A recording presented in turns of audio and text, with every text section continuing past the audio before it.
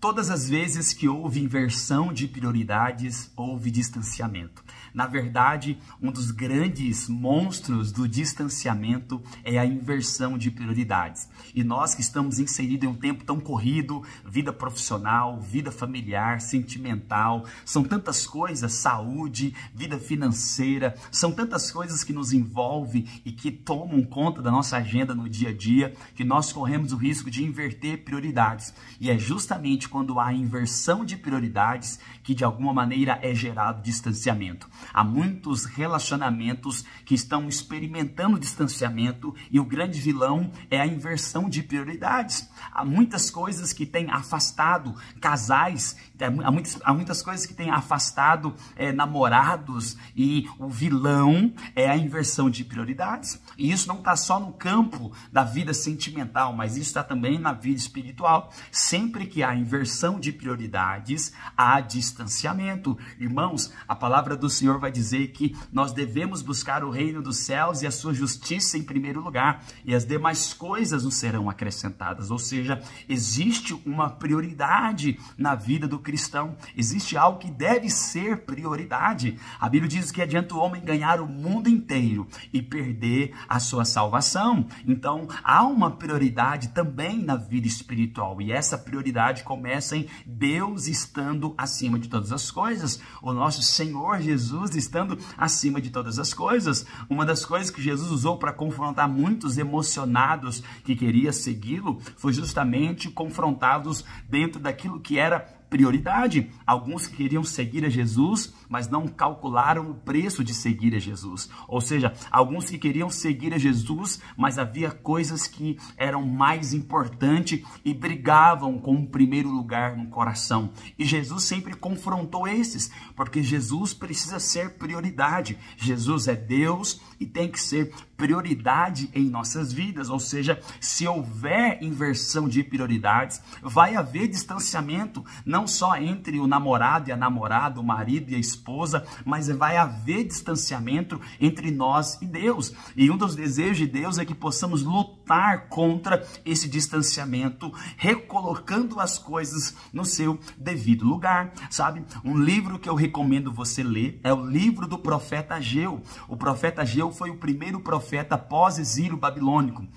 Quando você lê as Escrituras, você vai ver que o povo de Deus faz aquilo que é errado aos olhos do Senhor, né? Jeremias capítulo 2, depois se você puder ler na sua casa, Jeremias capítulo 2, do 1 ao 8 e o verso 13, você vai ver que o povo deixa Deus de lado e coloca como prioridade os ídolos pagãos. O povo troca o manancial de águas vivas, que é o Senhor, por ídolos pagãos. E aí, por haver essa inversão de prioridades, esse povo naturalmente se distancia de Deus, então vem um juízo de Deus sobre este povo. Jeremias capítulo 6, verso 22 e 24, Jeremias profetiza que viria um tempo de angústia a esse povo que se distanciou de Deus. Se você ler o livro do profeta Abacuque, capítulo 1, do verso 3 ao 9, você vai ver Abacuque falando de um povo que estava sendo levantado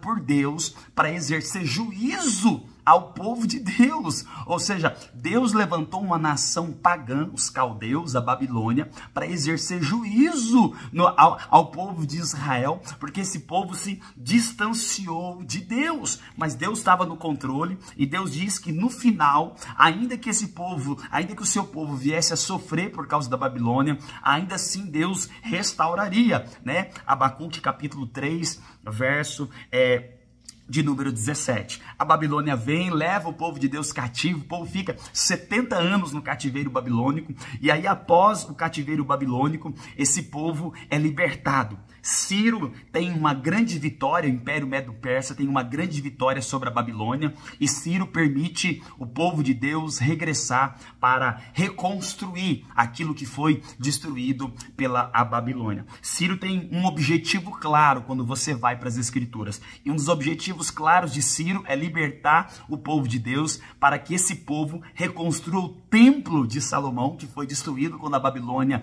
invade, tá bom? Então Ciro, ele é usado por Deus, hein? Ciro é um rei pagão, foi usado por Deus para libertar o povo de Deus, para que esse povo cumprisse o seu propósito. Se você pegar as escrituras e abrir em Esdras, capítulo 1, do verso 1 ao verso 4, 2 Crônicas 36, do verso 22 ao verso de número 23, você vai ver que Ciro, ele vence a Babilônia, o Império Medo-Persa vence a Babilônia, e Ciro tem um objetivo claro: libertar os judeus para que eles possam reconstruir o templo de Salomão que havia sido destruído. E mais ainda, Isaías 44, 28, Ciro foi chamado de pastor de Deus. Lembrando que Ciro era um rei pagão e foi chamado de pastor de Deus. Isaías profetizou a respeito de Ciro, que ele seria usado para libertar os judeus que estavam no cativeiro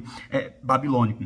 Isaías 45, verso de número 13, Deus usou Ciro para libertar o povo de Deus. Você vai ver Isaías profetizando a respeito de Ciro, falando a respeito de Ciro, e Ciro seria usado para libertar esse povo que havia sido levado cativo para a Babilônia. E agora esse povo regressa, e esse povo tem uma missão. Esse povo tem uma missão: reconstruir o templo que havia sido destruído. Porém, quando os inimigos descobrem que esse povo está ali trabalhando para reconstruir o templo de Salomão que foi destruído, o povo não fica feliz. Os inimigos do povo de Deus não ficam felizes. Se você puder abrir a sua Bíblia aí rapidinho, em Esdras capítulo 4, do verso 1 ao 6 e o verso 24, você vai ver que os inimigos dos judeus trabalharam para que eles não reconstruíssem o templo. Pega a sua Bíblia e abra Esdras 4, do 1 ao 6 e o verso de número 24. Quando os inimigos dos judeus descobrem que eles estão reconstruindo o templo de Salomão, eles inventam e articulam algumas mentiras para que o rei impeça essa reconstrução. Ciro não é mais rei, Ciro faleceu, Ciro morre, e o novo rei impede esse povo de reconstruir. Então, vamos lá. 15 anos se passa, esse povo começou a obra, parou, e aí o que acontece? 15 anos depois de toda essa briga aqui, que os inimigos judeus fizeram a obra parar, o povo não priorizou. Vamos continuar ano que vem, porque esse ano está difícil. Passa-se 15 anos, e aí 15 anos depois, o profeta Ageu é levantado. E Ageu é levantado para trazer uma palavra ao povo de Deus, ao povo que inverteu as coisas. Ageu diz assim, verso de número 3. Então o Senhor enviou esta mensagem por meio do profeta Ageu: por que vocês vivem em casas luxuosas enquanto a minha casa continua em ruínas? Assim diz o Senhor dos Exércitos: Vejam o que tem acontecido com vocês. Plantam muito, mas colhem pouco.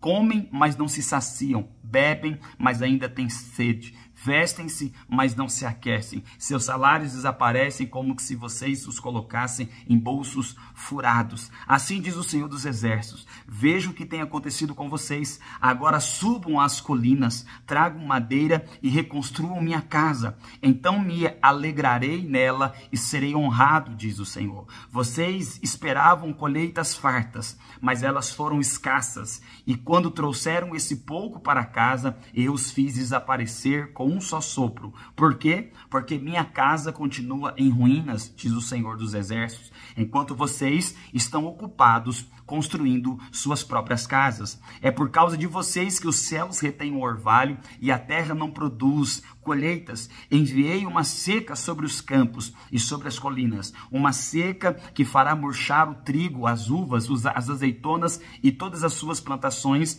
que fará vocês e seus animais passarem fome, destruirá tudo o que vocês trabalharam para conseguir. Verso 12. Então Zorobabel, filho de Sealtiel, e o sumo sacerdote Josué, filho de Josadaque, e todo o remanescente do povo obedeceram a mensagem do Senhor seu Deus. Quando o povo ouviu as palavras do profeta Ageu, que o Senhor seu Deus tinha enviado, temeu o Senhor. Então Ageu, mensageiro do Senhor, transmitiu ao povo essa mensagem do Senhor: Estou com vocês, diz o Senhor. E o Senhor deu ânimo ao governador de Judá, Zorobabel, filho de Sealtiel, ao sumo sacerdote Josué, filho de Josadaque, e a todo o remanescente do povo. Começaram a trabalhar na casa de seu Deus, o Senhor dos Exércitos. Ou seja, você vai ver claramente lendo o livro do profeta Ageu no capítulo 1, que o povo, após ser liberto do cativeiro babilônico, inverteu as prioridades. Devido a algumas complicações do início, esse povo se distanciou daquilo que deveria ser a prioridade,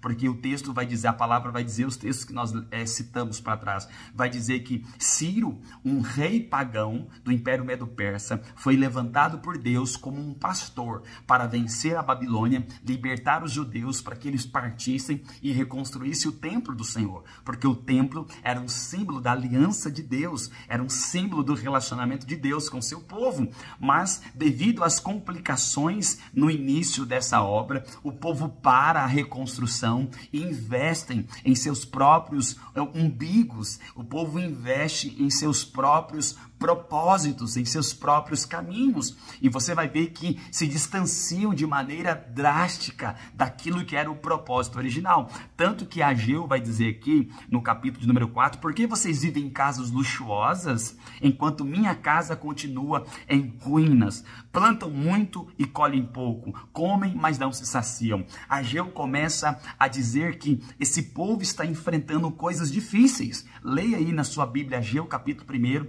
do verso 3 em diante, que as dificuldades que este povo tem enfrentado é porque não estão obedecendo aquilo pelo qual Ciro os libertou para fazer. Ou seja, Ciro, rei do Império Medo-Persa, vence a Babilônia, liberta os judeus para que eles possam partir e reconstruir o templo. Mas em vez de reconstruir o templo, esse povo investe o seu tempo reconstruindo suas próprias casas. E por inverter essas prioridades, esse povo começa a enfrentar o distanciamento de Deus, o juízo de Deus, e aí as coisas começam a não funcionar. Essa palavra, ela é muito poderosa.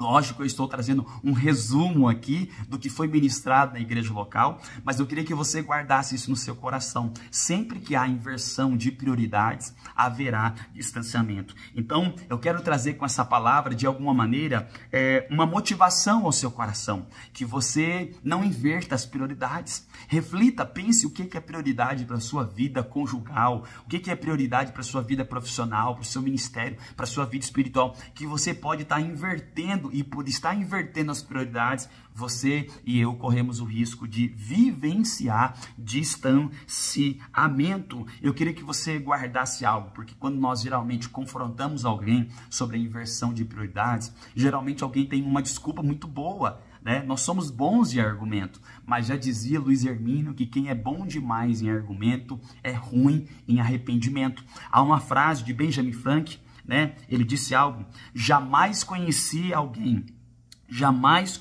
um homem que fosse bom em inventar desculpas e que também fosse bom em alguma outra coisa.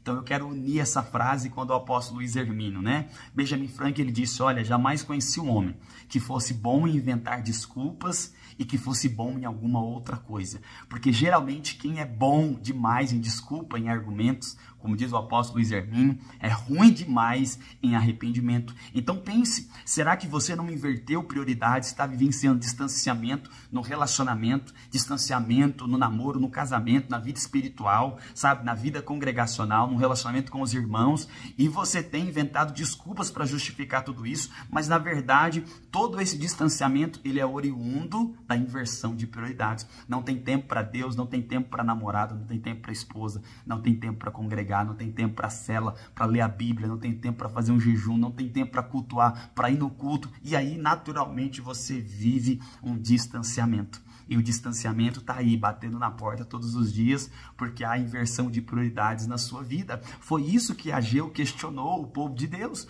Vocês foram libertos da Babilônia, Ciro libertou vocês para que vocês partissem para reconstruir o templo. Essa era a missão. Teve uma complicação no início, mas, gente, se passou 15 anos, e ao olhar para vocês, a casa de vocês está luxuosa e a casa de Deus está em ruínas. Há uma inversão de prioridades. É por isso que as coisas não estão dando certo. É por isso que a colheita não dá certo. É por isso que o que vocês recolhem não prospera. É por isso que nada frutifica. É por isso que as coisas não estão indo para frente. Ageu declarou que as coisas não estavam avançando porque porque havia inversão de prioridades. Ageu foi um profeta levantado por Deus pós-exílio babilônico para confrontar o povo de Deus que, por haver inversão de prioridades, havia distanciamento, e é por haver essa inversão de prioridades que as coisas não estavam fluindo. Há muitas coisas na sua vida, na minha vida, na nossa vida, no relacionamento, há muitas coisas em nossa vida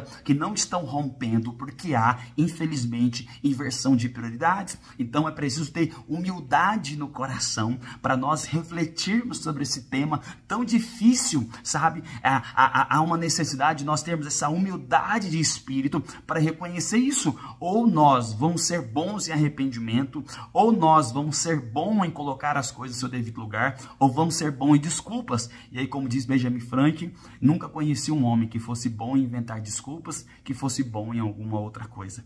Nunca, como diz o apóstolo Luiz Hermínio, né? Quem é bom demais em argumento é ruim em arrependimento. Pense nisso. O problema não é o volume de demandas que temos, ou a falta de habilidades para organizar, às vezes, a nossa agenda, mas os valores, ou seja, estabelecer aquilo que verdadeiramente é importante para nós.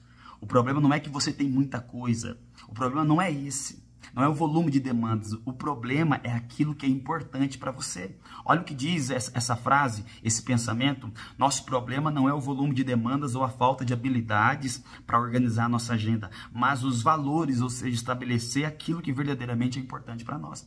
Quantas pessoas dizem que não tem tempo para praticar um exercício, para ir para a academia? Quantas pessoas dizem que não tem tempo para caminhar, não tem tempo para ir para academia, não tem tempo para ir para uma ginástica, para fazer uma caminhada no Ribeirão, uma corrida no Ribeirão, dar uma volta de bicicleta, até que ela tem um princípio de infarto.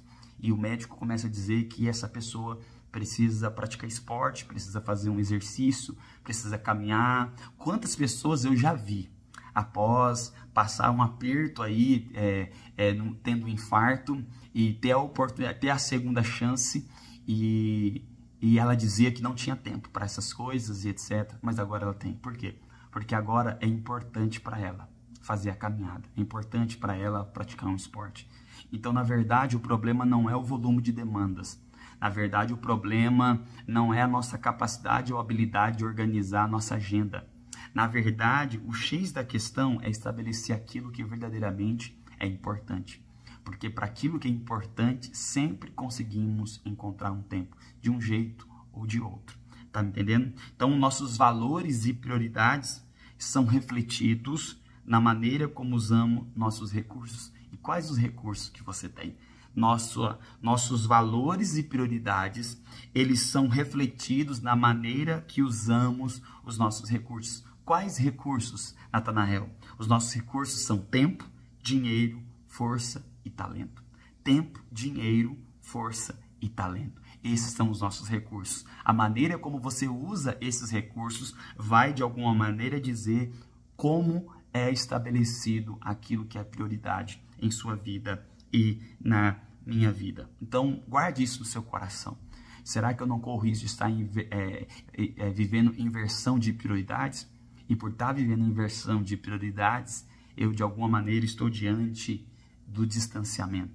Então, Jesus falou sobre isso. Se você puder ler Mateus 6,33, buscai o reino dos céus e a sua justiça, né, em primeiro lugar. Marcos 8,36, que adianta o homem ganhar o mundo inteiro e ele perder a sua alma, ele perder a salvação, né? Então, guarde isso no seu coração aí, e se você puder refletir sobre isso, isso vai ser de muita valia para o seu coração, para a sua vida. Tá bom? Deus abençoe você aí. Resumão de uma palavra que nós ministramos esses dias na igreja local.